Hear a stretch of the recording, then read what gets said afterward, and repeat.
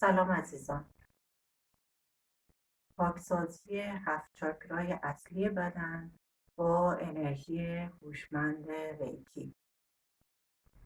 ما شیرازی ها خیلی بیحال هستیم و حوصله هر کاری رو نداریم و این انرژی ریکی انگار میگی برای ما ساخته شده.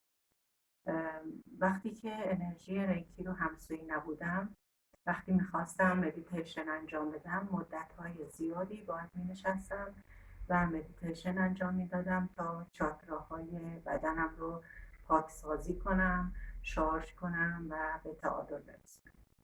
وقتی که از این انرژی با خبر شدم، گفتم اگه توی سیاره دیگه هم باشه دنبالش میرم و این انرژی رو به دست میارم تا بتونم به راحتی چاکراهای بدنم رو پاکسازی کنم، شارژ کنم و به تعادل برسونم.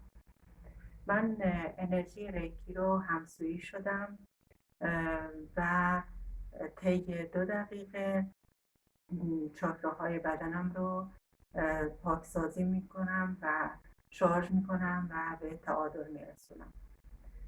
وقتی که انرژی ریکی رو همسویی میشیم، از چاکرای تاج وارد بدن من میشه و به کانال شوسومنا میرسه که چاکراهای دیگه بدن روی این کانال قرار داره و یکی یک این چاکراها از چاکرای ریشه تا چاکرای تاج پاکسازی میشه و به تعادل میرسه و شارژ میشه و خیلی خلاصه این خفنه و انگار میگی که این انرژی برای ما ساخته شده.